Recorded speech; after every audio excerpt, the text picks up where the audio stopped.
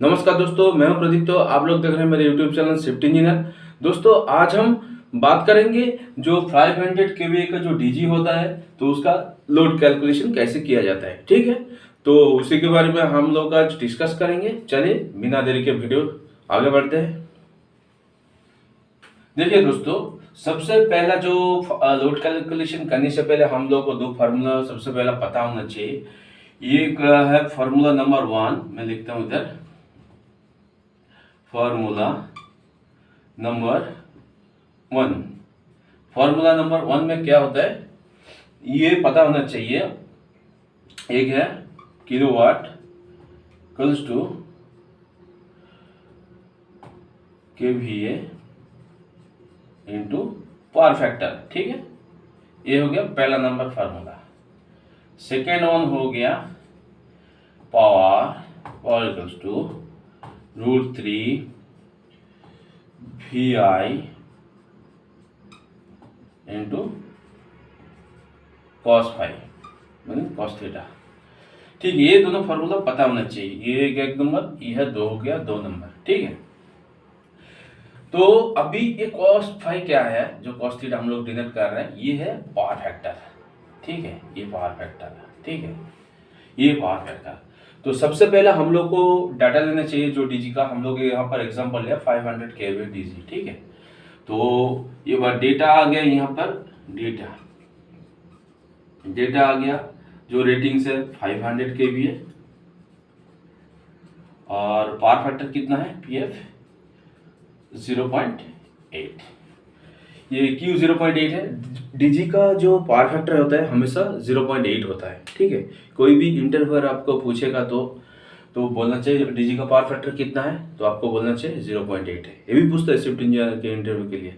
मेरे को एक बार पूछा गया था मलाड में, हाँ, तो पूछा गया था एक बार। ठीक है, तो 0.8 ये बोलना चाहिए। ठीक है, चलिए दोस्तों आगे कैलकुलेशन में बढ़ते हैं। तो पहला लिख लिया हम फार्मूला नंबर 1, ये 2 ये हो गया। तो अभी हम लोग लेते ये फार्मूला का इस्तेमाल करेंगे। पहला जो किलोवाट है, किलोवाट इक्वल्स टू ये क्या हो गया केवीए इंटू PF। ठीक है, क्या मीन्स पावर फैक्टर। तो अब क्या हो गया इसमें, जो केवीए कितना है 500 kVA है। ठीक है, तो पावर फैक्टर कितना है इसमें 0.8 है। तो हम लोग को किलोवाट कितना आएगा 400 आएगा इसमें, 400 आके। कोई भी मशीन तो उसको हम लोग फुल लोड पे नहीं डालते हैं, चाहे ट्रांसफार्मर हो चाहे डीजी हो, जो भी हो, फुल लोड पे हम लोग कभी भी रन नहीं करता है। तो इसका हम लोग 80% लोड पे इसको हम लोग चलाएंगे, स्टैंडर्ड है। चाहे आपका साइड में जितना लोड है 50% है, 60% है, 40% है, 70% है, वो हिसाब से आप चलाओगे। लेकिन एक स्टैंडर्ड है 80%, ये चलाएगा तो मशीन के लिए अच्छा है। ठीक है, तो 400, तो इसका हम लोग 80% निकालेगा। यहाँ एक डायरेक्टली निकाल देता हूँ 400 इंटू इसका 80% कितना आ गया, तो हम लोग हो गया इधर 320 किलोवाट आएगा। ठीक है, तो किलोवाट कितना आ गया 320। तो पहला क्या निकाला था, जो केवीए था 500 kVA। ठीक है, तो उसको हम लोग 0.8 से गुना किया था, हम लोग को किलोवाट आ गया था 400। ठीक है, ये किलोवाट आ गया था 400। तो उसका 80% किया हम लोग, कितना आ गया 320 किलोवाट। ठीक है, तो यहाँ तक समझ में आ गया। तो अब दूसरा स्टेप है। दूसरा स्टेप में क्या करना है, जो हमारा जो सेकंड फार्मूला मैंने लिख के रखा है इधर इस तरफ, इसको कैलकुलेट करना है। कैसे है लिख लिया, हम लोग लिख लेते हैं फिर power is equal to √3 into VI cos theta. तो पावर कितना है, पावर मीन्स किलोवाट है, कितना है इधर 320 है ये। लेकिन क्या है इस किस में है, KW में है, किलोवाट में है। तो इसको हम लोग फिर भी वही लिखते हैं, √3 वाला जो है डायरेक्टली ए कर देते हैं, उसका वैल्यू पुट कर देते हैं 1.732 इंटू V। वोल्टेज कितना है 415 आएगा। क्यों आएगा, जो अल्टरनेटर है उसके टर्मिनल में 3 फेज वोल्टेज मिलता है। ठीक है, RYB जो फेज है। ठीक है, तो 3 फेज के हिसाब से ये जो फार्मूला पुट किया 3 फेज फार्मूला। ठीक है, 3 फेज के लिए है। तो फिर हम लोग 415 मल्टीप्लाइंग करेंगे इंटू हम लोग को क्या निकालना है इसमें करंट। तो ये जो कॉस थीटा कितना है, मैंने पावर फैक्टर बोला, जो PF बोला कितना है डीजी का मैंने बोला इधर 0.8 है, तो हम लोग यहाँ पर 0.8 पुट करेंगे। ठीक है, तो अब देखो 320 किलोवाट है, इसको हम लोग क्या करते हैं 320 को वाट में निकलना है ना, 320 इंटू मल्टीप्लाई करना है 1000 से गुना करेगा तो जो किलोवाट है वाट में आ जाएगा, है ना, तो 1000 में आ गया। ठीक है, तो इसको हम लोग क्या करेंगे डायरेक्टली करंट का जो है करंट यहाँ पर लिख देंगे और बाकी डिवाइडेशन बाकी सब इस तरफ आएगा 1.732 415 0.8 क्या आएगा नीचे आएगा, क्योंकि हम लोग को करंट का वैल्यू निकलना है।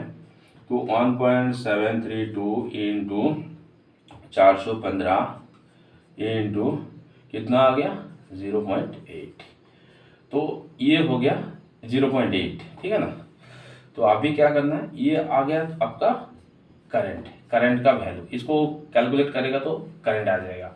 तो फिर कितना आएगा, ये भी आ जाएगा तो 320 1 2 3 ये आ गया, इधर एक वैल्यू आएगा 1.415 0.8, इसको कैलकुलेट करेगा तो आपको 570 के आसपास आएगा। ठीक है, मैं कैलकुलेट करके रखा है ऑलरेडी 570 पर 575। तो ये करनी, इसको फिर डिवाइड करना है, जो वैल्यू है ऊपर का ये तीनों मिला के आ गया 575 नीचे वाला, तो अभी इसको कैलकुलेट करना है। तो फिर आ जाएगा, ये आएगा तुम्हारा 556 ये कितना आ गया आई, टोटल वैल्यू कितना आ गया 556। इसको थोड़ा फेयर करके हम लोग लिख देते हैं 556, ताकि आप लोग को इसका स्क्रीनशॉट भी लिख के रख सकते हो। 556 ये कितना हो गया, ये क्या है, व्हाट इज द यूनिट है, ये करंट है। ठीक है, ये आई, ये क्या है करंट है।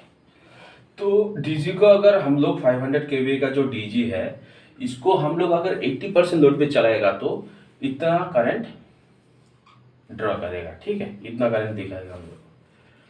तो आई थिंक दोस्तों ये वीडियो आपको समझ में आ गया कैसे लोड कैलकुलेशन करते हैं। ठीक है, और एक दोस्तों ये जो cos फाई है cos थीटा है, तो इसके ऊपर एक मैं वीडियो बनाऊंगा। ठीक है, ताकि आपको पावर फैक्टर जो है, पावर कितने टाइप का है, active power, reactive power, apparent power, और लोड कितने टाइप का है, resistive capacitive load, inductive dam load, ये सब के बारे में आपको आप लोगों को डाउट क्लियर हो जाए। ठीक है, क्योंकि बेसिक चीज जो है ना, ये सबसे क्लियर होना चाहिए, करंट क्या है, वोल्टेज क्या है, रेजिस्टिव लोड क्या है। ठीक है, जो फार्मूला वगैरह ये क्लियर हो जाएगा ना, तो आपका दिमाग घूमते रहेगा हर एक चीज के बारे में।